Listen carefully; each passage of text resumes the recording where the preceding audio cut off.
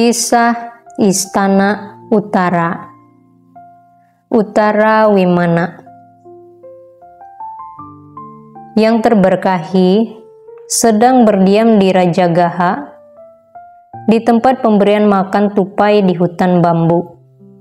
Pada saat itu, ada seorang laki-laki miskin bernama Puna yang bekerja pada seorang bankir Rajagaha. Ia tinggal di rumahnya hanya bersama istrinya, Utara, dan putrinya yang juga bernama Utara. Suatu hari, di Rajagaha ada festival 7 hari. Bankir itu mendengar hal tersebut dan ketika Puna datang di pagi hari, ia berkata, "Sahabat, pembantu-pembantu kita ingin merayakan festival. Apakah engkau juga akan merayakan festival? Atau engkau akan bekerja agar menerima gaji?" "Tuan," kata Puna, "peristiwa seperti festival adalah untuk orang kaya. Sedangkan di rumahku bahkan tak ada beras untuk membuat bubur buat besok. Untuk apa festival bagiku? Jika ada sapi, saya akan pergi membajak." "Kalau demikian, ambillah beberapa sapi," kata tuannya itu. Puna pun mengambil sapi jantan yang kuat dan bajak yang bagus. Lalu ia berkata kepada istrinya, "Istriku, orang-orang kota sedang merayakan festival. Aku akan pergi mencari uang karena kita miskin. Tetapi untukku, hari ini saja, masaklah makanan 2 porsi dan kirimkan padaku." Kemudian ia pergi ke ladang. Pada saat itu, Sariputathera yang telah memasuki penghentian selama 7 hari, muncul dari sana dan mengamati dunia seraya berpikir, "Kepada siapa hari ini saya mempunyai kesempatan melakukan kebaikan?" Beliau melihat Puna datang di dalam jaring persepsinya dan mengamati lebih jauh. Beliau berpikir, "Apakah laki-laki ini seorang yang percaya? Apakah ia akan dapat melakukan kebaikan kepadaku?" Karena menyadari bahwa Puna adalah seorang yang percaya dan dapat melakukan kebaikan yang menyebabkan ia bisa memperoleh pencapaian besar, maka beliau mengambil mangkuk dan jubahnya. Kemudian beliau pergi ke ladang di mana Puna sedang membajak dan berdiri di sana memandangi semak di pinggir ladang. Setelah segera Puna melihat Thera tersebut, ia berhenti membajak. Ia menyapa Thera tersebut dengan penghormatan berunsur 5 dan berkata di dalam hati, "Beliau membutuhkan tusuk gigi." Lalu Puna memberikan tusuk gigi untuk digunakan. Kemudian Thera tersebut mengeluarkan mangkuk dan saringan itu kepadanya. Puna berkata di dalam hati, "Beliau membutuhkan air minum." Lalu Puna mengambilnya, menyaringkan air minum dan memberikan kembali kepada sang Thera. Sang Thera berpikir, "Laki-laki ini hidup di rumah paling ujung. Jika saya pergi ke pintu rumah itu, istrinya tidak dapat melihatku. Saya akan tetap berada di sini sampai istrinya berangkat ke jalan raya dengan makanannya." Beliau menunggu di sana beberapa saat, dan ketika mengetahui bahwa istri Puna sudah berangkat, beliau berjalan ke arah kota. Ketika perempuan itu melihat Thera tersebut di jalan, ia berpikir, "Kadang-kadang bila saya punya sesuatu yang pantas diberikan, kadang-kadang bila saya melihat orang yang pantas menerimanya, tidak ada satupun yang pantas diberikan. Tetapi hari ini, saya melihat orang yang pantas menerima, dan sekaligus saya memiliki dana yang pantas diberikan. Pasti ia akan melakukan kebaikan kepadaku." Istri Puna meletakkan pinggan yang berisi makanan, menyapa Thera tersebut dengan penghormatan berunsur 5 dan berkata, "Bhante," tanpa memikirkan apakah ini pemberian yang kasar atau halus, "berbaik hatilah kepada pelayanmu ini." Thera tersebut memberikan mangkuknya. Perempuan itu memegang mangkuk dengan satu tangan dan mengisikan nasi dengan tangan yang lain. Sang Thera berkata, "Cukup." Ketika persis separuh dari makanan itu diberikan, kemudian beliau menutup mangkuknya dengan tangannya. Perempuan itu berkata, "Bhante, satu porsi tidak dapat dibagi menjadi 2. Jika Bhante tidak mau melakukan kebaikan kepada pelayanmu ini, sehubungan dengan dunia ini, lakukanlah demi kehidupan yang akan datang. Saya ingin memberikan semuanya tanpa tersisa sama sekali." Sambil berkata demikian dan sesudah memasukkan semuanya ke dalam mangkuk beliau, istri Puna membuat aspirasi. "Semoga saya menjadi pengikut di dalam Dhamma yang telah Bhante wujudkan."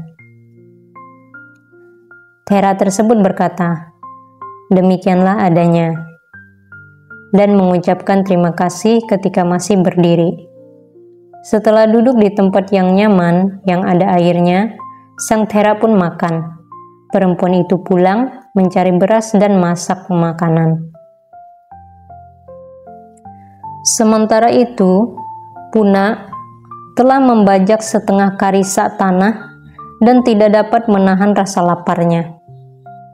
Maka setelah melepas sapi dari bajaknya, ia berteduh di bawah pohon dan duduk memandangi jalan.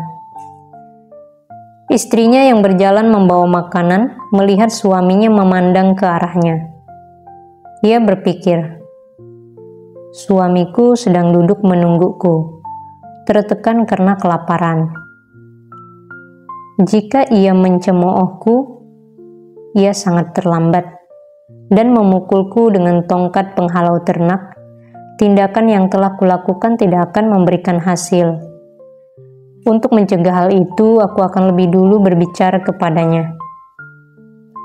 Dengan hal ini di pikirannya, ia berkata, "Tuan, hari ini hanya hari ini saja, saya mohon engkau berbesar hati agar tindakan yang telah kulakukan jangan sampai tidak memberikan hasil.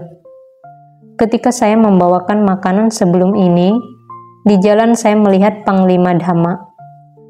Kepada beliau saya memberikan makananmu. Kemudian saya pulang, masak lagi, dan baru sekarang saya datang. Berbesar hatilah, Tuan." Puna bertanya, "Apa katamu, istriku?" Setelah sekali lagi mendengarkan, Puna berkata, "Istriku, engkau sesungguhnya telah melakukan hal yang benar dengan memberikan makananku kepada yang pantas menerimanya. Pada hari ini, pagi-pagi tadi, saya juga telah memberi beliau tusuk gigi dan air untuk mencuci mulut." Dengan pikiran yang dipenuhi keyakinan, Puna merasa puas mendengar cerita istrinya. Karena kelelahan dan terlambat makan di siang hari itu, ia jatuh tertidur dengan kepala di pangkuan sang istri.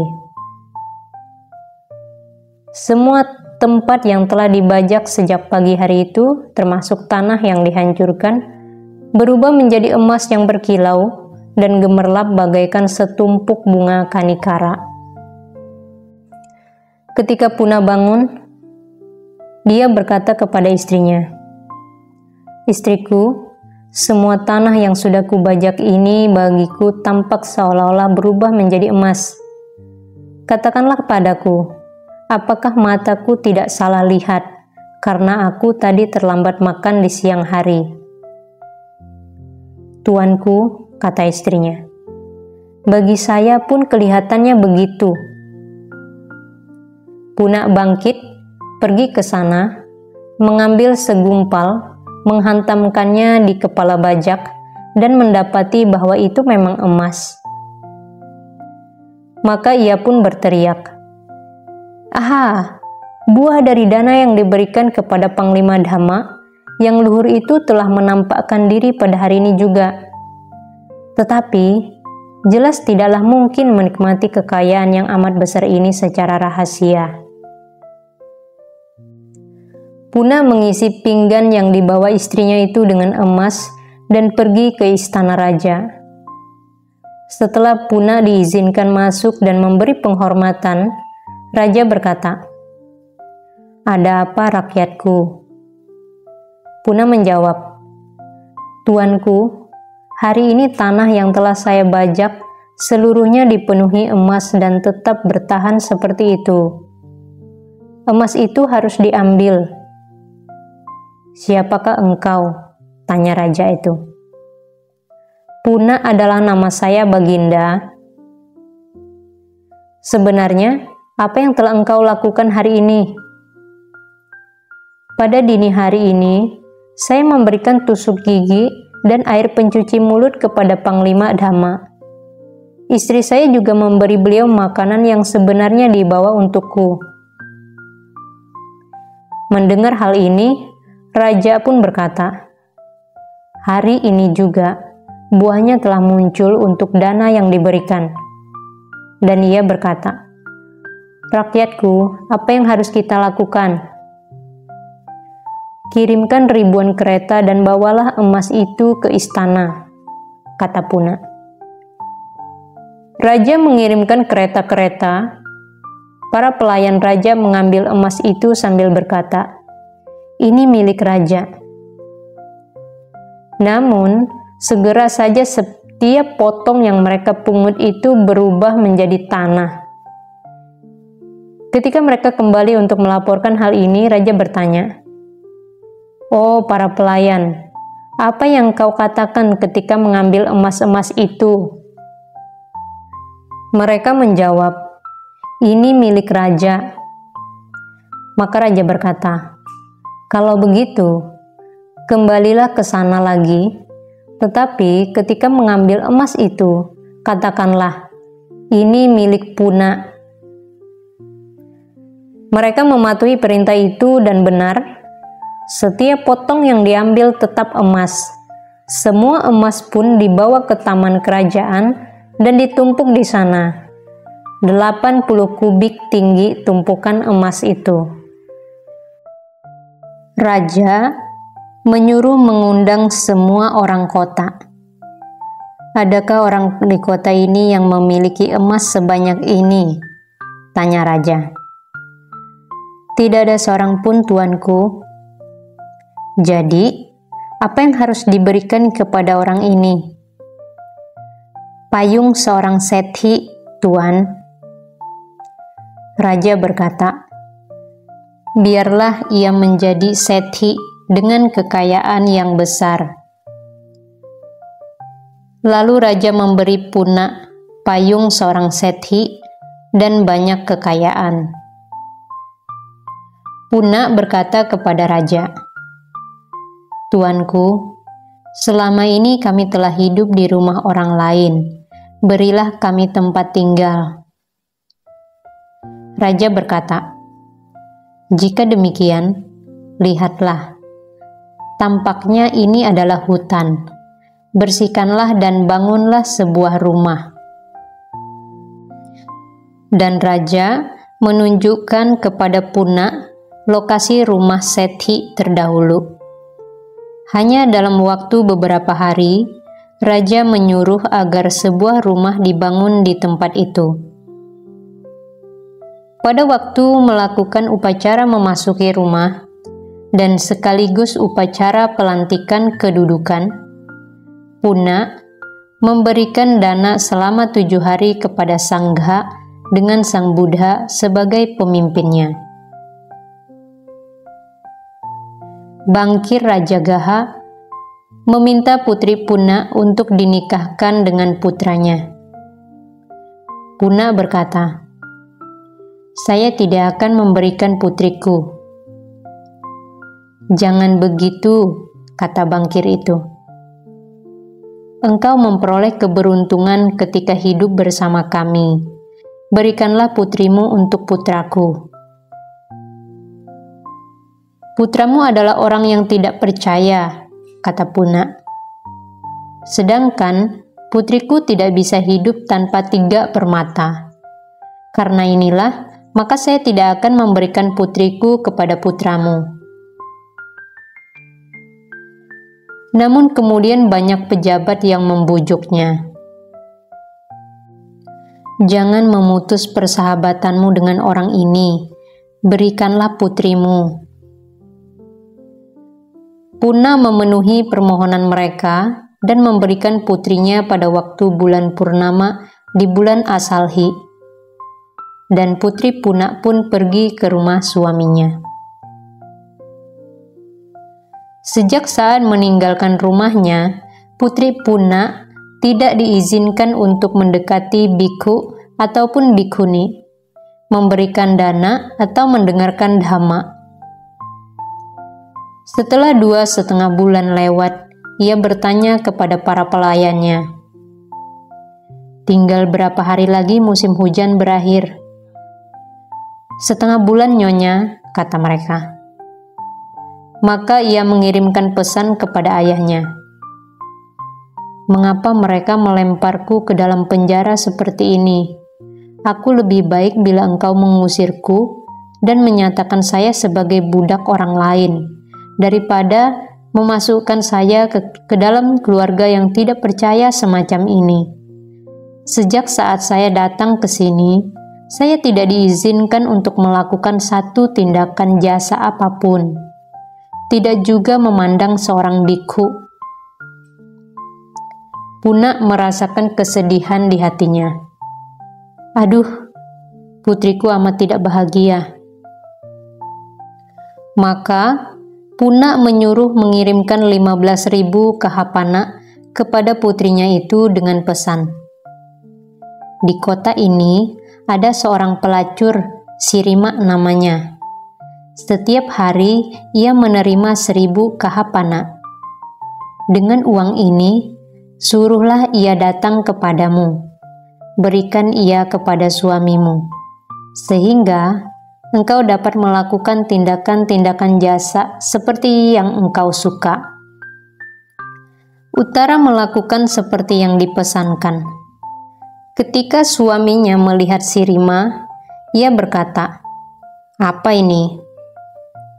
Uttara putri Puna menjawab, "Suamiku, selama 1/2 bulan ini biarlah sahabatku ini merawatmu. Tetapi selama 1/2 bulan ini saya tidak ingin melakukan apapun, kecuali memberikan dana dan mendengarkan dhamma." Suaminya memandang perempuan yang cantik itu, kemudian nafsunya muncul, maka ia menyetujuinya dan berkata, "Baiklah." Uttara mengirimkan undangan kepada Sangha dengan Sang Buddha sebagai pemimpinnya. Ia berkata, "Bhante yang terhormat, selama 1/2 bulan ini janganlah pergi ke tempat lain. Saya mohon Bhante menerima dana makanan di sini saja."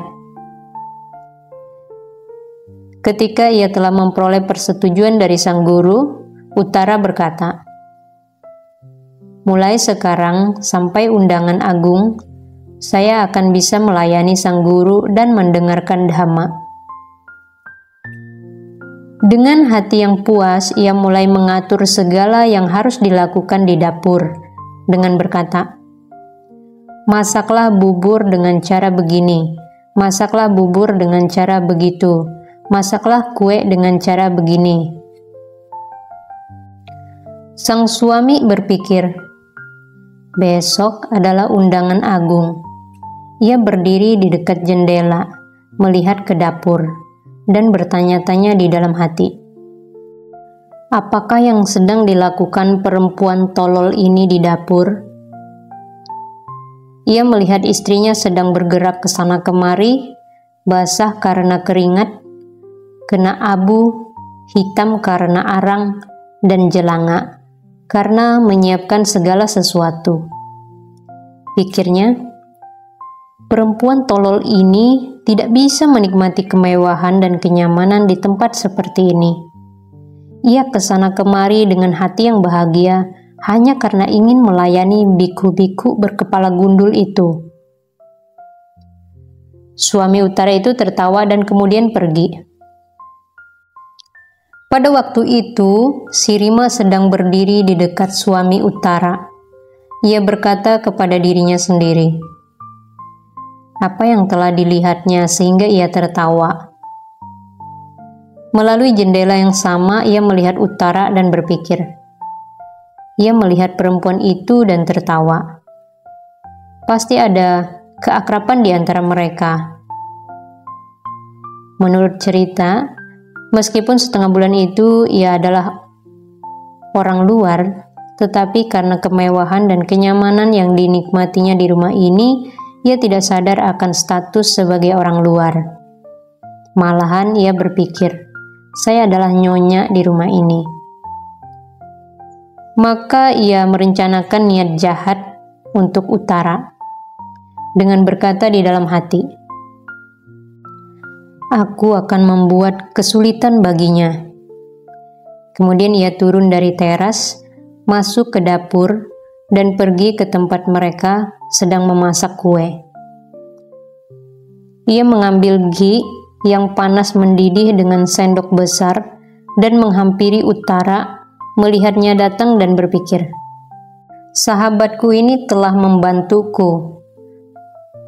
Lingkaran bumi ini terlalu sempit, alam Brahma terlalu rendah, tetapi keluhuran temanku ini sungguh besar. Berkat bantuannya aku bisa memberikan dana dan mendengarkan dhamma. Jika aku marah kepadanya, biarlah ghee ini membakarku. Jika tidak, biarlah ghee ini tidak membakarku. Maka walaupun ghee panas itu dituangkan di atas kepalanya, namun terasa bagaikan air dingin, karena utara dipenuhi cinta kasih. Para pelayan utara melihat si Rima datang menuju mereka, setelah ia mengisi sendoknya lagi sambil berkata di dalam hati, apakah si Rima? Engkau perempuan jahat. Betapa beraninya engkau menuang minyak mendidih ke kepala nyonya kami. Si Rima pun diserang dari mana-mana di dalam dapur itu. Ia dipukuli dan ditendang, dan kemudian dibanting ke tanah. Walaupun utara mencoba mencegah, namun para pelayan itu tidak dapat dihentikan. Maka utara kemudian berdiri di atas tubuh si Rima untuk menghadang semua pelayan itu. Lalu ia menegur si Rima, mengapa engkau melakukan tindakan yang memilukan ini? Lalu utara membasuhnya dengan air hangat dan meminyakinya di kepalanya dengan minyak yang telah disaring 100 kali. Pada saat itu, si Rima menyadari kenyataan bahwa ia sebenarnya lah yang orang luar. Ia berpikir, aku telah melakukan tindakan yang memilukan ini. Aku telah menuangkan air mendidih ke kepalanya hanya karena aku melihat senyuman suaminya. Utara tidak memerintahkan para pelayannya, tangkap dia. Dia bahkan menghalang-halangi ketika mereka menyakitiku dan melakukan padaku apa yang seharusnya dilakukan. Jika aku tidak meminta maaf kepadanya, kepalaku bisa terbelah menjadi 7. Ia menjatuhkan dirinya di kaki utara dan berkata, Nyonya, maafkanlah saya. Saya adalah putri yang ayahnya masih hidup. Jika ayahku memaafkan, saya akan memaafkan engkau, kata utara. Kalau demikian nyonya, saya akan meminta maaf juga kepada ayahmu, Puna si bangkir. Puna adalah ayahku yang telah menurunkan aku di dalam siklus kelahiran. Tetapi, jika ayahku yang telah menurunkan aku dalam siklus yang tidak berputar, memaafkan kamu, saya akan memaafkanmu. Kalau demikian, siapakah ayahmu yang berada di dalam siklus yang tidak berputar itu? Yang sepenuhnya tercerahkan. Guru saya akan datang ke sini besok dengan sekelompok para bikhu. Bawalah persembahan apapun yang bisa kamu peroleh, lalu datanglah ke sini dan minta maaflah kepada beliau. Baiklah Nyonya, kata si Rima. Ia kemudian bangkit dan pergi ke rumahnya sendiri. Si Rima memerintahkan kepada 500 pelayan perempuannya untuk menyiapkan berbagai macam makanan lunak dan makanan keras. Lalu pada hari berikutnya, ia membawa persembahan dana itu ke rumah Uttara. Ia menunggu, tidak berani menaruh apapun ke dalam mangkuk para bikhu dengan Sang Buddha sebagai pemimpinnya.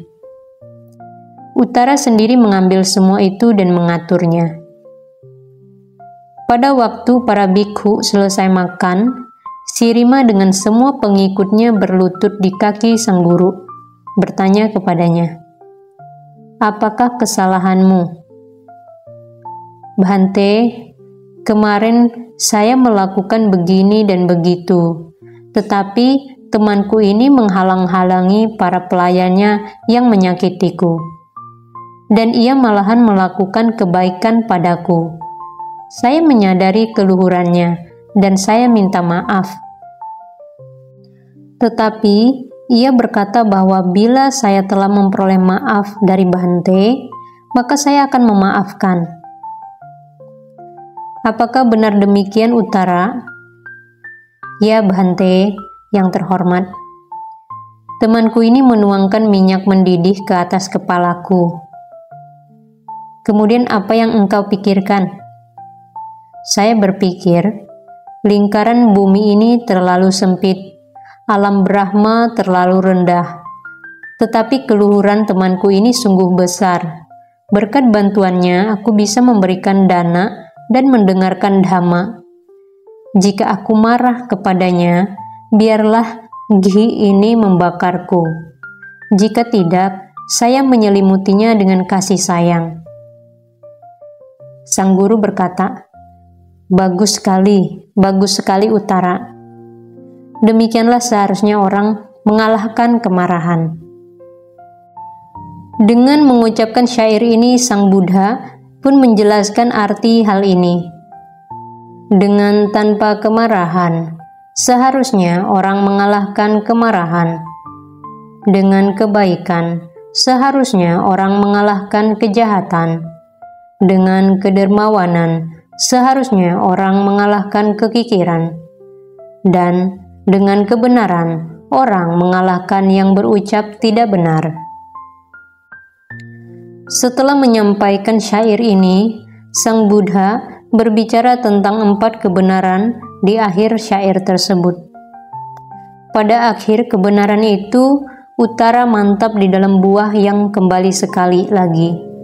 Sedangkan suaminya, ayah mertua dan ibu mertuanya mewujudkan buah pemasuk arus.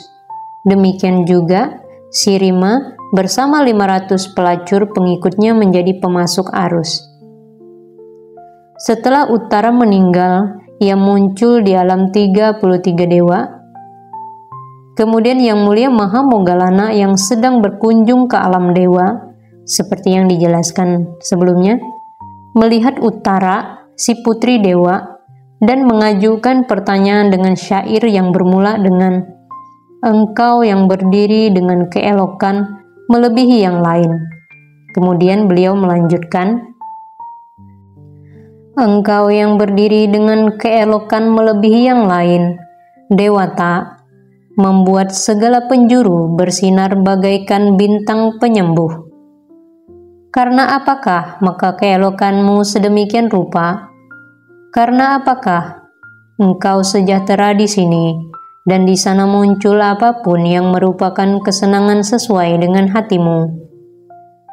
Saya bertanya kepadamu, Dewi dengan keagungan yang besar, tindakan jasa apakah yang telah engkau lakukan ketika terlahir sebagai manusia? Karena apakah maka keagunganmu cemerlang sedemikian rupa, dan keelokanmu menyinari segala penjuru.